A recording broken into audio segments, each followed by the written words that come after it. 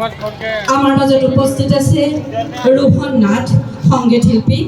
ৰোহন নাথকে শুনি ফুলাম গামোচাৰে আদৰণি জনাবলৈ অনুৰোধ জনাইছোঁ শংকৰ দাস ডাঙৰীয়া। আৰু আমি মঞ্চত বিচাৰিছোঁ ভৱ ডেকা আৰু কল্যাণ কুমাৰ, যুৱ ব্যৱসায়ী দুগৰাকী ব্যক্তিকে ফুলাম গামোচাৰে আদৰণি জনাবলৈ কিশোৰ দাসক অনুৰোধ জনাইছোঁ।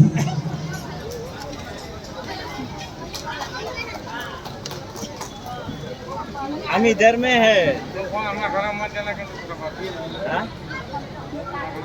राजीव बड़ा एखनी फुलाम गामोचारे आदरणि जनाइছে।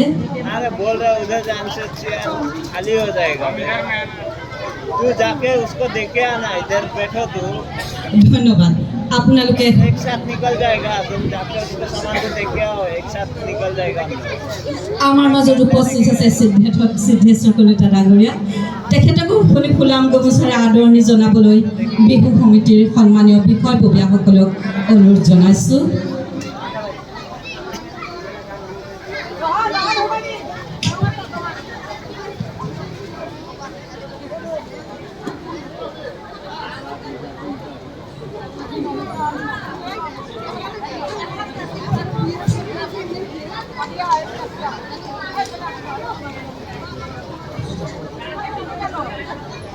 আমাৰ মাজত আহি উপস্থিত হৈছে যুৱ ব্যৱসায়ী অভিজিত দাস।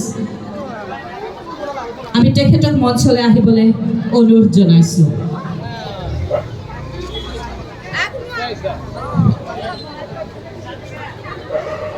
Thank U.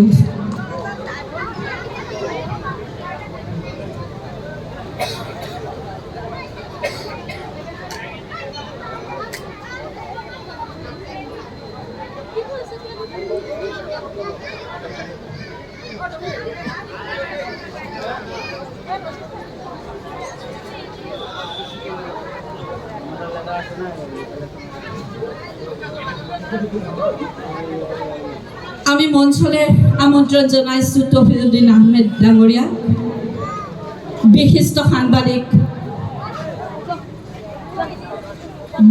সাংবাদিক তফিজুদ্দিন আহমেদক আমি মঞ্চত বিচাৰিছোঁ।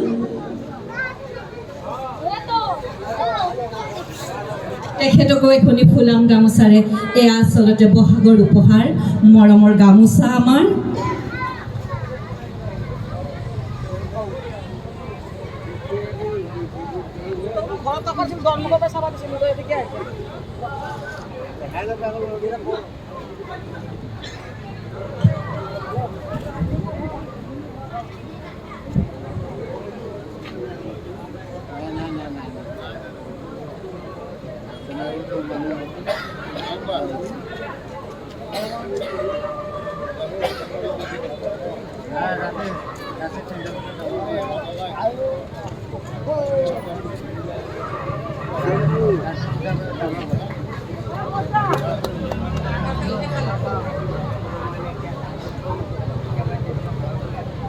Yes, sir.